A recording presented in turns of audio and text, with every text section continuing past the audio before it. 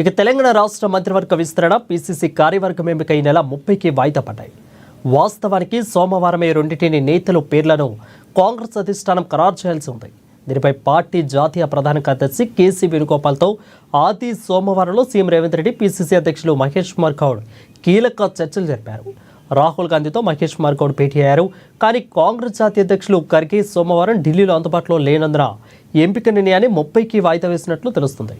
ఖర్గేతో ఈ నెల 30న సమావేశం ఉంటుందని, ఆ రోజున మళ్లీ ఢిల్లీకి రావాలని సీఎం రేవంత్ రెడ్డి మహేష్ కుమార్ గౌడ్లకు అధిష్టానం సూచించినట్లు తెలిసింది. అదే రోజు మంత్రివర్గం, పీసీసీ కార్యవర్గ నేతల పేర్లను ఖరారు చేయనున్నట్లు సమాచారం. ఇక మంత్రి పదవులకు పెద్ద సంఖ్యలో ఎమ్మెల్యేలు పోటీ పడుతున్నారు. 4గురికి చోటు కల్పించాలని పార్టీ యోచిస్తుంది. వీరితో పాటు పీసీసీ పదవులకు పోటీ పడుతున్న నేతల పూర్వాపరాలపై ఏఐసీసీకి వచ్చిన నివేదికల ఆధారంగా గత 2 రోజులుగా ప్రధానంగా చర్చించినట్లు తెలుస్తుంది.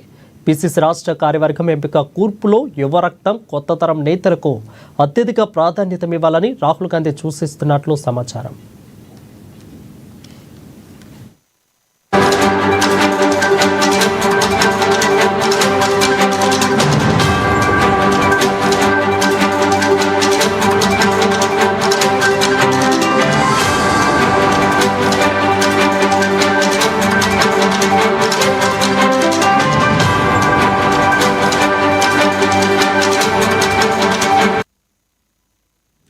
రెడ్డిగా తెలంగాణ రాష్ట్ర మంత్రివర్గ విస్తరణ, పీసీసీ కార్యవర్గం ఎంపిక ఈ నెల 30కి వాయిదా పడ్డట్టు తెలుస్తా ఉంది. వాస్తవానికి సోమవారమే రెండింటిని నేతల పేర్లను కాంగ్రెస్ అధిష్టానం ఖరారు చేయాల్సి ఉంది. ఇక దీనిపై పార్టీ జాతీయ ప్రధాన కార్యదర్శి కేసీ వేణుగోపాల్తో ఆది సోమవారంలో సీఎం రేవంత్ రెడ్డి, పీసీసీ అధ్యక్షులు మహేష్ కుమార్ గౌడ్ కీలక చర్చలు జరిపారు.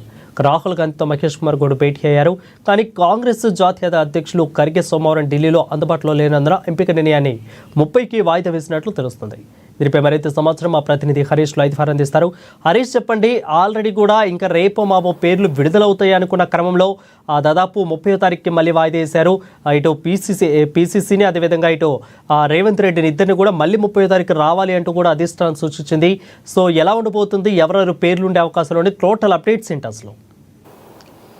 రైట్ వరుణ్, ఏదైతే పీసీసీ కార్యవర్గ కూర్పు అలాగే మంత్రివర్గ విస్తరణకు సంబంధించి కూడా కాంగ్రెస్ అధిష్టానం ఫోకస్ చేసింది. ఇక ఈ అంశం పైన కూడా నిన్న ఏదైతే పీసీసీ చీఫ్ మహేష్ కుమార్ గౌడ్తో కేసీ వేణుగోపాల్ అలాగే రాహుల్ గాంధీ భేటీ అయ్యారు. ఇక మొన్న సీఎం రేవంత్ రెడ్డికి సంబంధించి కూడా పైన కూడా కేసీ వేణుగోపాల్తో చర్చించిన నేపథ్యం అయితే కనిపిస్తూ ఉన్నది. ఇక మొత్తంగా ఈ రెండుకు సంబంధించి కూడా ఒకవైపు మంత్రివర్గ విస్తరణకు సంబంధించి కూడా 6 ఖాళీలు ఉన్నాయి. ఆ ఖాళీలకు సంబంధించి కూడా పెద్ద ఎత్తున ఆశావాహులు ఉన్నారు. ఇక ఎమ్మెల్యేలకు సంబంధించి కూడా తమను మంత్రివర్గాలకు తీసుకోవాలని కూడా వాళ్ళు కోరుతున్న నేపథ్యం అయితే కనిపిస్తూ ఉంది. ఇప్పటికీ అధిష్టాన పెద్దలకు సంబంధించి కూడా లేఖల ద్వారా కూడా తమ ఒపీనియన్ కూడా పంపడం జరిగింది. మరోవైపు పీసీసీ కార్యవర్గానికి సంబంధించి కూడా ఏదైతే పీసీసీగా మహేష్ గౌడ్ బాధ్యతలు చేపట్టిన తర్వాత పూర్తి స్థాయిలో కార్యవర్గానికి సంబంధించి కూడా కూర్పు జరగలేదు. ఇప్పుడు సంబంధించి కూడా కార్యవర్గ కూర్పు చేసేందుకు సన్నిద్ధమైంది. ఇప్పటికే పీసీసీకి సంబంధించి కూడా నివేదికలను అధిష్టానానికి పంపడం జరిగింది. ఇక ఎవరెవరు వర్కింగ్ ప్రెసిడెంట్లు కావచ్చు, వైస్ ప్రెసిడెంట్స్ కావచ్చు, ఇక మిగతా సంబంధించి కూడా వివిధ అనుబంధ సంఘాలకు సంబంధించి కూడా చైర్మన్లకు సంబంధించిన పదవులు కావచ్చు, నామినేటెడ్ పదవులకు సంబంధించి కూడా పూర్తిగా ఇప్పటికే మీనాక్షి నటరాజన్ ఇన్ఛార్జ్ నివేదికలు తీసుకున్నారు. ఇక్కడ ఉన్న నేతలకు సంబంధించి కూడా అభిప్రాయాన్ని తీసుకోవడం జరిగింది. ఇక వీటన్నిటికి సంబంధించి కూడా అధిష్టానానికి పంపించండి. పలుమార్లు అధిష్టానంలో ఢిల్లీలో కూడా కీలకమైన సమావేశాలు నిర్వహించారు. సమావేశంలో కూడా మంత్రివర్గ విస్తరణ, కార్యవర్గ కూర్పు పైన కూడా ప్రధానంగా చర్చ జరిగింది. అయితే కొన్ని సామాజిక సమీకరణ కావచ్చు, మిగతా సంబంధించి కూడా జిల్లాల ప్రతిపాదికన సంబంధించి అంశాలపైన కూడా వాయిదా పడుతూ వస్తుంది. ఇప్పుడు సంబంధించి కూడా ఎన్నికలు దగ్గర రాబోతున్న నేపథ్యం ఉంది. స్థానిక సంస్థల ఎన్నికలకు వెళ్లేందుకు కాంగ్రెస్ సిద్ధమవుతున్న నేపథ్యం అయితే కనిపిస్తూ ఉన్నది. కాబట్టి దానికన్నా ముందే మంత్రివర్గ విస్తరణ జరగాలి, కార్యవర్గ కూర్పు జరగాలని కూడా ఇప్పటికే పీసీసీ భావిస్తున్న నేపథ్యంలో ఇక నిన్న 2 రోజులకు సంబంధించి కూడా ఢిల్లీలో సీఎం రేవంత్ రెడ్డి ఉన్నారు. ఇక పీసీసీ చీఫ్ మహేష్ కుమార్ గౌడ్ సంబంధించి కూడా ఢిల్లీలో ఉన్నారు. కానీ అన్న ఈ అంశాలపైన కూడా అన్ని ఏదైతే అభిప్రాయాలకు సంబంధించి కావచ్చు, ఎవరు నివేదికలు ఇచ్చారో నివేదికల ఆధారంగా కేసీ వేణుగోపాల్ సంబంధించి కూడా కార్యవర్గ కూర్పు, మంత్రివర్గ విస్తరణ పైన కూడా ఎవరైతే ఆశావాహాలు ఉన్నారో వాళ్ళందరి వివరాలు తీసుకోవడం జరిగింది. అంటే నిన్న ఖర్గే సంబంధించి కూడా నిన్న ఢిల్లీలో అందుబాటులో లేకపోవడం కావచ్చు, ఈ నెల 30వ తేదీకి సంబంధించి కూడా మరోసారి కీలక సమావేశం ఢిల్లీ వేదికగా జరగబోతా ఉన్నది. ఇప్పటికే సీఎం రేవంత్ రెడ్డికి, పీసీసీ చీఫ్ మహేష్ కుమార్ గౌడ్ అలాగే బట్టి విక్రమార్క, ఉత్తమ్ కుమార్ రెడ్డికి సంబంధించి కూడా ఢిల్లీలో 30వ తేదీకి రావాలని కూడా అధిష్టానం సూచించిన నేపథ్యం అయితే కనిపిస్తూ ఉన్నది. ఉన్నది కాబట్టి ఇక 30 తర్వాత పిసిసి కార్యవర్గ కూర్పు మంత్రివర్గ విస్తరణకు సంబంధించి కూడా ప్రకటించేందుకు అధిష్టానం సిద్ధమైంది. ఇక ఇప్పటికే 6 భర్తలకు సంబంధించి కూడా 5 ఖాళీలకు సంబంధించి కూడా నా మంత్రివర్గం తీసుకునేందుకు ఏదైతే కాంగ్రెస్ అధిష్టానం నిర్ణయం తీసుకునే నేపథ్యం కనిపిస్తూ ఉంది. ఒకవైపు నామినేటెడ్ పదవులకు సంబంధించి కావచ్చు, కార్యవర్గ కూర్పుకు సంబంధించి కూడా పెద్ద ఎత్తున ఆశావాహులు ఉన్నారు. వర్కింగ్ ప్రెసిడెంట్లకు సంబంధించి కూడా 4 వర్కింగ్ ప్రెసిడెంట్ సంబంధించి కూడా తీవ్రమైన పోటీ ఉన్నది. ఇక ఎస్టీ ఎస్సీ మైనారిటీకి సంబంధించి కూడా ఆ నేతలు పెద్ద ఎత్తున వర్కింగ్ ప్రెసిడెంట్కు పదవులు కావాలని కోరుతా ఉన్న నేపథ్యం. ఎందుకంటే PCC chief BC Mahesh Kumar Goud ఉన్నారు కాబట్టి మిగతా సామాజిక సమీకరణ దృష్ట్యా ఇక 4 వర్కింగ్ ప్రెసిడెంట్కి సంబంధించి కూడా రెడ్డి సామాజిక వర్గానికి సంబంధించి కావచ్చు, మరోవైపు ఎస్టీ సామాజిక వర్గం, ఎస్సీ సామాజిక వర్గం, మైనారిటీ సామాజిక వర్గానికి సంబంధించి కూడా పెద్ద ఎత్తున ఆశావాహులు ఉన్నారు. ఇక ఈ మంత్రివర్గానికి సంబంధించి కూడా జిల్లాల ప్రతిపాదికన సంబంధించి కావచ్చు, మరోవైపు సామాజిక సమీకరణ దృష్ట్యా కూడా పెద్ద ఎత్తున సంబంధించి కూడా ఆశావాహులు ఉన్న నేపథ్యం అయితే కనిపిస్తూ ఉన్నది. ఇక ఈ ఏదైతే 5 మంత్రివర్గానికి సంబంధించి కూడా దాంట్లో 5ను భర్తీ చేసేందుకు అధిష్టానం సన్నిద్ధం అవుతున్న నేపథ్యం అయితే కనిపిస్తున్నది కాబట్టి దాంట్లో మంత్రివర్గానికి సంబంధించి కూడా నిజామాబాద్ నుంచి సుదర్శన్ రెడ్డి సంబంధించిన పేరు కూడా పరిశీలనలో ఉన్న నేపథ్యం అయితే కనిపిస్తూ ఉన్నది. మరోవైపు లంబాడ సామాజిక వర్గానికి సంబంధించిన నేతలు కూడా నిన్న మంత్రివర్గంలో చోటు కల్పించాలని కోరుతా ఉన్నారు. ప్రభుత్వ వైపు రామచంద్ర నాయక్ సంబంధించి కూడా ఆయన తనకు చోటు కల్పించాలని కూడా మొన్న సీఎం రేవంత్ రెడ్డిని కలిసి కూడా ఏదైతే వినతి పత్రాన్ని కూడా రైట్ హరీష్, అయితే దాదాపు 16 నెలల పాటు కాంగ్రెస్ ప్రభుత్వం కొనసాగుతోంది. ఆల్రెడీ ఎప్పుడో అంటే నిన్న వచ్చిన ఆంధ్రప్రదేశ్లో వచ్చి సంవత్సరం అవుతున్న పార్టీ కూడా ఆల్రెడీ ప్రకటించేసింది, అన్ని మంత్రివర్గాలు కూడా ఇచ్చేసింది. బట్ ఇక్కడ మనకి లేట్ అవుతా ఉంది. సో ఈసారైనా కానీ కన్ఫర్మ్ అయ్యే అవకాశాలు ఉన్నాయా, మళ్ళీ డిలే పడే అవకాశాలు ఉన్నాయా ఏమన్నా? ఎందుకంటే 30వ తారీఖే మళ్ళీ రమ్మంటున్నారు కాబట్టి 30వ తారీఖే ప్రకటిస్తారా, లేదంటే జూన్ మొదటి వారంలో ఆల్రెడీ కూడా పిసిసి ప్రకటించింది కాబట్టి జూన్ మొదటి వారంలో ప్రకటిస్తారా, లేదంటే 30వ తారీఖే ప్రకటించే అవకాశాలు కనిపిస్తున్నాయా? రైట్, 30వ తేదీకి సంబంధించి కూడా మరోసారి కీలకమైన సమావేశం జరగవచ్చు. అంటే నిన్న కేసీ వేణుగోపాల్ కావచ్చు, మిగతా అధిష్టాన పెద్దలతో చర్చ జరిగారు. మొన్న ఈ అంశం పైన కూడా మొన్న పిసిసి చీఫ్ మహేష్ కుమార్ గౌడ్, అలాగే ఉత్తమ్ కుమార్ రెడ్డి, మీనాక్షి నటరాజన్ పైన కూడా ఈ ఫిల్టరింగ్ ప్రక్రియ కార్యవర్గ కూర్పుకు సంబంధించి ఎవరు దానికి అర్హులు, మంత్రివర్గంలో ఎవరికి చోటు కల్పించాలనే పైన కూడా మొన్న సమావేశంలో జరిగింది. నిన్న సంబంధించి కూడా సీఎం రేవంత్ రెడ్డి ఒపీనియన్ తీసుకున్నారు.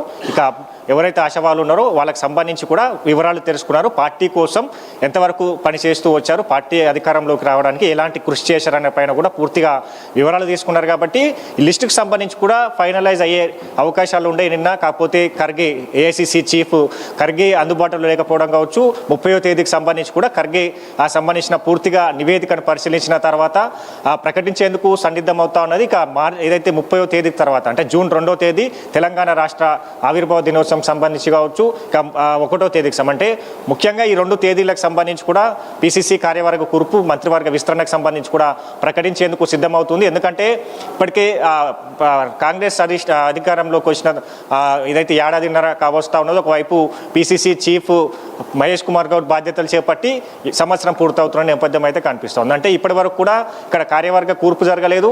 మరోవైపు మంత్రివర్గ విస్తరణకు సంబంధించి అంటే క్రియాశీలకమైన శాఖలన్నీ సీఎం రేవంత్ రెడ్డి వద్ద ఉన్న హోంశాఖ కావచ్చు, మున్సిపల్ అడ్మినిస్ట్రేషన్ శాఖ కావచ్చు, విద్యాశాఖకు సంబంధించి కావచ్చు, అంటే ఈ 3 శాఖలకు సంబంధించి కీలకమైన శాఖలు సీఎం రేవంత్ రెడ్డి వద్దే ఉన్నాయి. కాబట్టి ఆ శాఖలకు సంబంధించి కూడా కొత్త మంత్రులను భర్తీ చేసేందుకు అధిష్టానం నిర్ణయం తీసుకుంది. దాంట్లో భాగంగానే సామాజిక సమీకరణ దృష్ట్యా ఏదైతే అభ్యర్థులకు సంబంధించి కూడా ఎంపిక ప్రక్రియ కొనసాగుతూ ఉన్నది.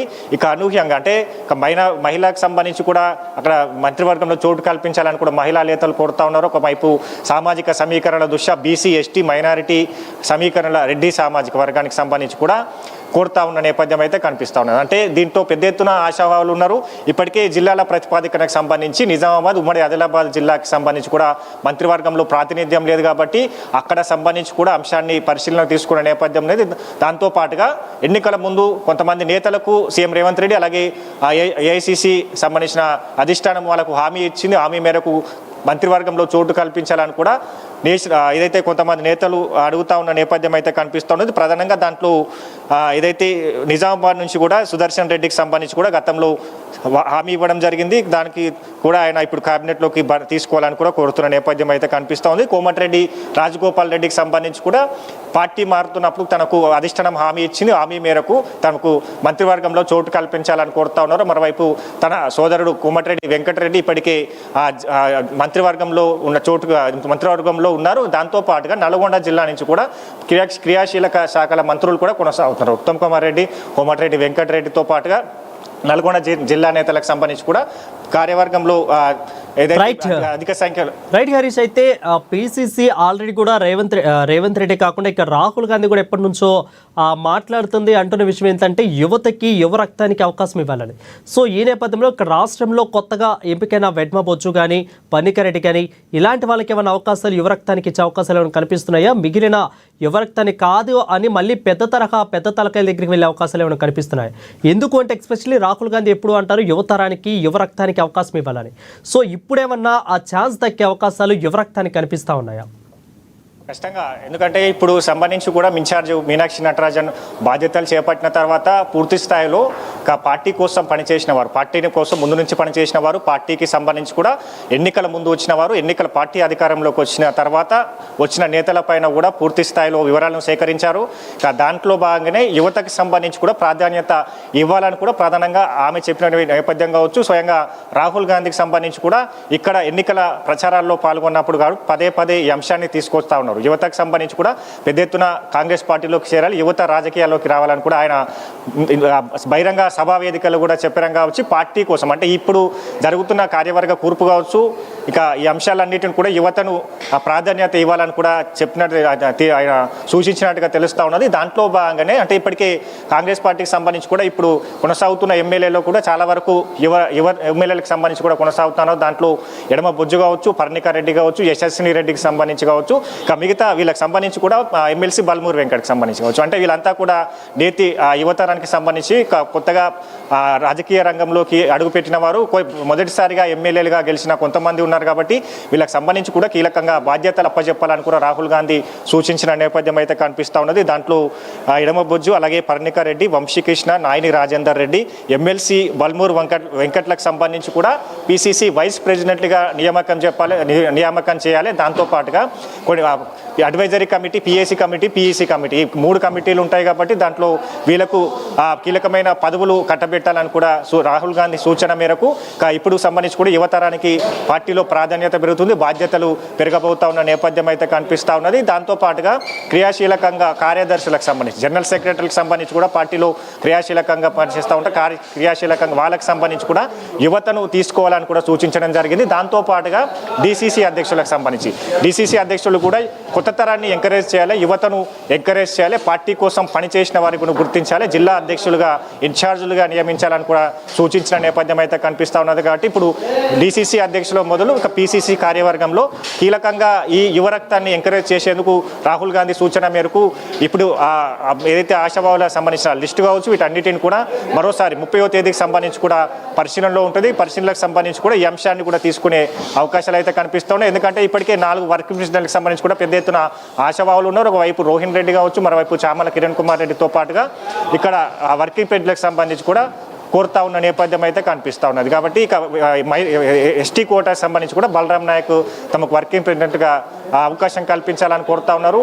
ఇక 35 వరకు సంబంధించి కూడా ఏదైతే వైస్ ప్రెసిడెంట్లకు సంబంధించి కూడా నియమించేందుకు సిద్ధమైనది. కాబట్టి దానికి కూడా పెద్ద ఎత్తున ఆశావాహులు ఉన్నారు. ఇక జనరల్ సెక్రటరీ కావచ్చు, అధికార ప్రతినిధులు అంటే పూర్తి స్థాయిలో ఇప్పటికే గ్రౌండ్ లెవెల్లో కాంగ్రెస్ పార్టీని బలోపేతం చేసే దిశగా కూడా అడుగులు వేస్తా ఉన్నారు. ఒకవైపు అబ్జర్వర్కి సంబంధించి కూడా అక్కడ క్షేత్రస్థాయిలో నియమించింది. అబ్జర్వర్లకు సంబంధించి కూడా మండల స్థాయిలో మండల స్థాయికి సంబంధించిన నేతలను ఎంపిక చేస్తూ ఉన్నారు. మండల స్థాయికి సంబంధించిన మండల ప్రెసిడెంట్లు కావచ్చు, జిల్లా స్థాయికి సంబంధించిన జిల్లా ప్రెసిడెంట్లకు సంబంధించి కూడా ఒకవైపు ఎంపిక జరుగుతూ ఉన్నది. ఇప్పటి వైపు కార్యవర్గ కూర్పుకు సంబంధించి కూడా నివేదికలు సిద్ధమవుతా ఉన్నాయి. యువరత్నంతో పాటుగా పార్టీ కోసం కష్టపడి హరీష్ అయితే కొంతమంది సీనియర్ అని చెప్పుకుంటూ తిరుగుతున్న వాళ్ళు అంటే యువనేతకు ఇక్కడ అవకాశం ఇవ్వాలంటున్న రాహుల్ గాంధీ, ఏఐసిసి ఇది కూడా క్లారిటీగా చెప్పినట్లు ఉంది. అయితే కొంతమంది సీనియర్ అని చెప్పుకుంటున్న తిరుగుతున్న వాళ్ళందరూ కూడా గాంధీ భవన్లోకి కానీ వాళ్ళకి కేటాయించిన గదుల్లోకి కానీ అసలు ఇంతవరకు వెళ్ళలేదు, వాటి మొహాలు కూడా చూడలేదంటూ కూడా కొంతమంది అంటున్నారు. సో దీని మీద ఏఐసిసి కూడా కొంత గుర్రుగా ఉన్నట్లు తెలుస్తోంది. సో సీనియర్ అన్న వాళ్ళకి ఎవరికి కూడా ఈసారి అవకాశాలు ఇవ్వకుండా కేవలం యువరత్నానికి ఇవ్వాలంటూ కూడా చెప్తున్నారు. సో ఈ నేపథ్యంలో సీనియర్లు అసలు అలాంటి వాళ్ళు ఎవరున్నారు, అలాంటి లిస్ట్ ఏమన్నా తెలుస్తూ ఉందా హరీష్? రైట్, ఇంతకుముందుకు సంబంధించి కూడా సీనియర్ వైస్ ప్రెసిడెంట్లకు సంబంధించి కూడా నియమించడం జరిగింది. దాంట్లో మీనాక్షి నటరాజన్కి సంబంధించి కూడా స్పష్టంగా చెప్పడం జరిగింది. ఏదైతే సీనియర్లుగా వైస్ ప్రెసిడెంట్గా కొనసాగుతున్న వారు పార్టీకి సంబంధించి కావచ్చు, గాంధీ భవన్లో అడుగు పెట్టడానికి చాలా వరకు సీనియర్ నేతలు ఉన్నారు, సీనియర్ వైస్ ప్రెసిడెంట్లు ఉన్నారు. అలాంటి వారికి సంబంధించి కూడా ఇప్పుడు ఆ వైస్ ప్రెసిడెంట్లకు సంబంధించి కూడా సీనియారిటీ అక్కరలేదు. పార్టీ కోసం 2017 నుంచి ఎవరైతే కష్టపడుతూ పనిచేస్తూ వచ్చారో, పార్టీ గెలుపుకు ఎవరైతే కృషి చేశారో వాళ్ళని గుర్తించాలి. వాళ్ళకి సంబంధించి కూడా సీనియర్ వైస్ ప్రెసిడెంట్లకు సంబంధించి కూడా వాళ్ళకు బాధ్యతలు అప్పచెప్పాలని కూడా, వైస్ ప్రెసిడెంట్లకు సంబంధించి కూడా సీనియర్ అనే పదాన్ని కూడా తొలగించాలని కూడా ఆమె సూచించినట్లుగా తెలుస్తూ ఉన్న నేపథ్యం అయితే కనిపిస్తూ ఉన్నది. కాబట్టి ఈసారి ఎంపిక అంటే చాలా వరకు సంబంధించి కూడా 10 సార్లు దీంట్లో పిసిసి కార్యవర్గ కూర్పు పైన సమావేశం జరిగింది. ఇక్కడ సంబంధించి కూడా గాంధీ భవన్ వేదికగా మీనాక్షి నటరాజన్ అలాగే ఏఐసిసి కార్యదర్శులు విశ్వనాథ్కి సంబంధించి కూడా కార్యవర్గ కూర్పులో సంబంధించిన పదవులు కోరుతా ఉన్నారని కూడా నేరుగా ఆ కార్యకర్తలు పిలుచుకున్నారు. కార్యకర్తలతో ముఖాముఖి సమావేశాలు నిర్వహించారు. దానికి సంబంధించి పార్టీ కోసం ప్రొఫైల్ని తీసుకున్నారు. అంటే పార్టీ కోసం ఎప్పటి నుంచి కొనసాగుతున్నారు, పార్టీ కోసం ఇప్పటి వరకు మీరు చేసిన సేవలకు సంబంధించి కావచ్చు, అధికారం రావడానికి ఏ విధమైన కృషి చేశారు, వీటన్నిటి వివరాలు సేకరించారు. ఆ నివేదికల ఆధారంగానే ఢిల్లీలో పలుమార్లు జరిగిన కీలకమైన సమావేశంలో కూడా ఈ అంశాలన్నీ ప్రస్తావనకు వచ్చాయి. మీనాక్షి నటరాజన్ అంటే మీనాక్షి దీపాదాస్ మున్షి ఇన్ఛార్జిగా ఉన్నప్పుడు కార్యవర్గ కూర్పుకు సంబంధించి కూడా ఫైనల్ అయ్యే దిశకు చేరుకున్నది. ఆమె మార్పుతో కార్యవర్గ కూర్పు వాయిదా పడుతూ వచ్చింది. ఇక మీనాక్షి నటరాజన్ వచ్చిన తర్వాత తనదైన మార్కు చూపిస్తూ ఉన్నారు.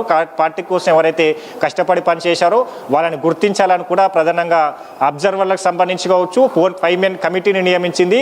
కీలకమైన బాధ్యతలు అధికార ప్రతినిధి నుంచి కూడా వైస్ ప్రెసిడెంట్ వరకు నిఖార్సైన ఎవరైతే కాంగ్రెస్ పార్టీకి పనిచేశారో వాళ్ళను గుర్తించాలి, వాళ్ళకు బాధ్యతలు అప్పచెప్పాలి.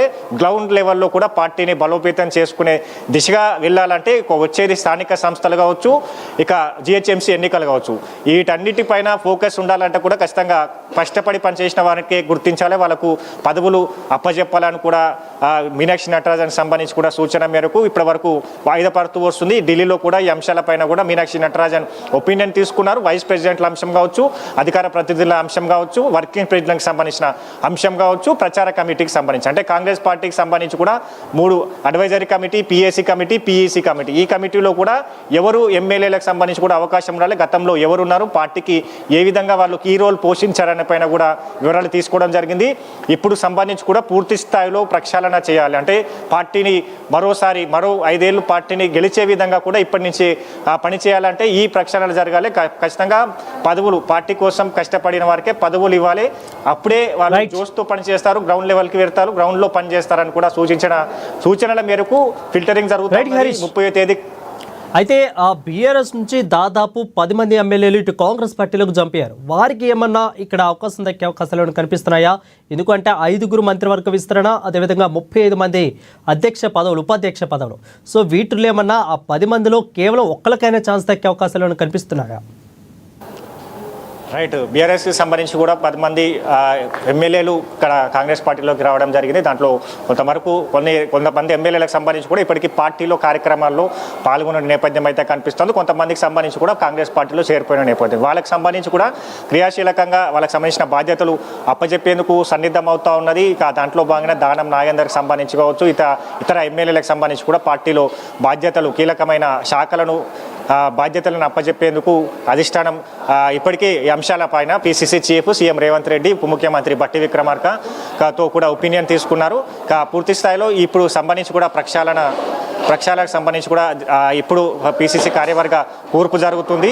కార్యవర్గ కూర్పుకు సంబంధించి ఈ అంశాలన్నిటికి సంబంధించి సీనియారిటీ, అలాగే ఇప్పుడు తీసుకున్న బీఆర్ఎస్ ఎమ్మెల్యేలకు సంబంధించిన ఎవరికి ఏ బాధ్యతలు కట్టబెట్టాలి, అధిష్టానం సంబంధించిన ఎన్నికల ముందు ఇచ్చిన హామీ మేరకు ఏ విధమైన హామీలను ఏ విధంగా నెరవేర్చాలి, ఒకవేళ కార్యవర్గంలో చోటు దక్కకపోతే ఇక వాళ్ళను సంబంధించి కూడా ఎక్కడ అకామిడేషన్ చేయాలి, వాళ్ళ బాధ్యతలకు సంబంధించి ఎలాంటి బాధ్యతలు అప్పచెప్పాలి. ఒకవైపు మంత్రివర్గంలో చోటు రాని వాళ్ళకి పిసిసి కార్యవర్గంలో ప్రధానమైన కీలకమైన పదవి ఇచ్చేందుకు కూడా సన్నిద్ధం అవుతున్న నేపథ్యం అయితే కనిపిస్తూ ఉన్నది. కాబట్టి మొత్తంగా ఈ 30వ తేదీకి సంబంధించి కూడా ఫైనల్ కాబోతా ఉన్నది. ఇప్పటికీ పూర్తి స్థాయిలో ఫైనల్ అయిన నేపథ్యం అయితే ఉన్నది. కాబట్టి కొన్ని మార్పులు చేర్పుతో ఖర్గే నిర్ణయంతో పూర్తిగా ఇప్పుడు పిసిసి కార్యవర్గానికి సంబంధించి కూడా 30వ తేదీకి సంబంధించి కూడా పూర్తిగా కూర్పుకు సంబంధించి విస్తరణకు సంబంధించి కూడా ఫైనల్ అయ్యే అవకాశాలు ఉన్నాయి. 30వ తేదీకి సంబంధించి కావచ్చు, 2వ తేదీ వరకు పిసిసి కార్యవర్గ కూర్పు మంత్రివర్గ విస్తరణకు సంబంధించి ఫైనలైజ్ అయ్యేది అధిష్టానానికి సంబంధించి కూడా ప్రకటించేందుకు సిద్ధంగా ఉన్నది వరుణ్. అయితే ఆల్రెడీ కూడా ఇటు రాష్ట్రంలో అటు బీసీ కులగణన అదేవిధంగా ఎస్సీ రిజర్వేషన్ అయితే జరిగింది. సో దీని ప్రాతిపదికన భారతదేశంలోనే ఫస్ట్ టైం మనకి ఇక్కడ ఇంప్లిమెంట్ చేసింది. సో ఈ రకంగా ఎస్సీ కేడర్ నుంచి కానీ బీసీ నుంచి కానీ ఎవరినైనా ఈ యొక్క మంత్రివర్గంలో కానీ అదేవిధంగా ఉపాధ్యక్షులు పీసీసీ మూడింటిలో దాదాపు 75, 35, 5 ఈ మొత్తంలో కూడా ఏమన్నా ఇటు బీసీ నుంచి ఎస్సీ మాదిగ రిజర్వేషన్ నుంచి పర్టికులర్గా ఏమైనా తీసుకునే అవకాశాలు ఏమైనా కనిపిస్తున్నాయా? ఒకవేళ ఉంటే దాంట్లో ఎవరెవరి పేర్లు ఉండే అవకాశాలు కనిపిస్తున్నాయి? రైట్, కార్యవర్గం సంబంధించి కావచ్చు, మిగతా మంత్రివర్గ విస్తరణకు సంబంధించి ఆ సామాజిక వర్గాల వారిగా కోరుతా ఉన్నారు. ఇప్పటికే ఎస్టీ సామాజిక వర్గానికి సంబంధించి కావచ్చు, ఎస్సీ సామాజిక వర్గం, అలాగే మైనారిటీ సంఘం వర్గానికి సంబంధించి కూడా నేతలు సీఎం రేవంత్ రెడ్డికి లేఖల ద్వారా కూడా తెలపడం జరిగింది. నేరుగా అధిష్టానానికి సంబంధించి కూడా లేఖల ద్వారా చెప్పడం జరిగింది. ఎస్టీ సామాజిక వర్గానికి సంబంధించి కూడా రామచంద్ర నాయక్ అలాగే బలరాం నాయక్ కోరుతా ఉన్నారు. ఎస్సీ సామాజిక వర్గానికి సంబంధించి కూడా తమకు అవకాశాన్ని కల్పించాలని కూడా ఎస్సీ సామాజిక వర్గానికి సంబంధించిన ఎమ్మెల్యేలు మొన్న ఢిల్లీకి లేఖ రాయడం జరిగింది. మరోవైపు బీసీ నేతలకు సంబంధించి కూడా 42% బీసీ రిజర్వేషన్ అమలు చేస్తూ ఉన్నారు. కాబట్టి బీసీలకు సముచిత న్యాయం జరగాలంటే ఇప్పుడు రిజర్వేషన్ల ఆధారంగా కూడా ఇప్పుడు మంత్రివర్గానికి సంబంధించి కూడా తమకు ఈ క్యాబినెట్లోకి తీసుకోవాలని కోరుతా ఉన్నారు. ఒకవైపు పీసీసీ కార్యవర్గంలో కూడా బీసీలకు ఏదైతే 42% రిజర్వేషన్కి సంబంధించి కూడా వాళ్ళకు సంబంధించిన కీలకంగా బాధ్యతలు అప్పచెప్పాలి, వాళ్ళ పదవులు కోరుతున్న నేపథ్యం అయితే కనిపిస్తూ ఉన్నది. కాబట్టి మొత్తంగా ఈ అంశాలన్నిటిపైన రిజర్వేషన్ల అంశం కావచ్చు, బీసీ ఎస్టీ సామాజిక సమీకరణల ఆధారంగా అలాగే జిల్లాల ప్రాతినిధ్యంతో పాటు పూర్తి స్థాయిలో కార్యవర్గ కూర్పు మంత్రివర్గ విస్తరణకు సంబంధించి కూడా ఫైనల్ అయ్యే అవకాశాలు అయితే ఉన్నాయి. Thank you Harish for the clear updates.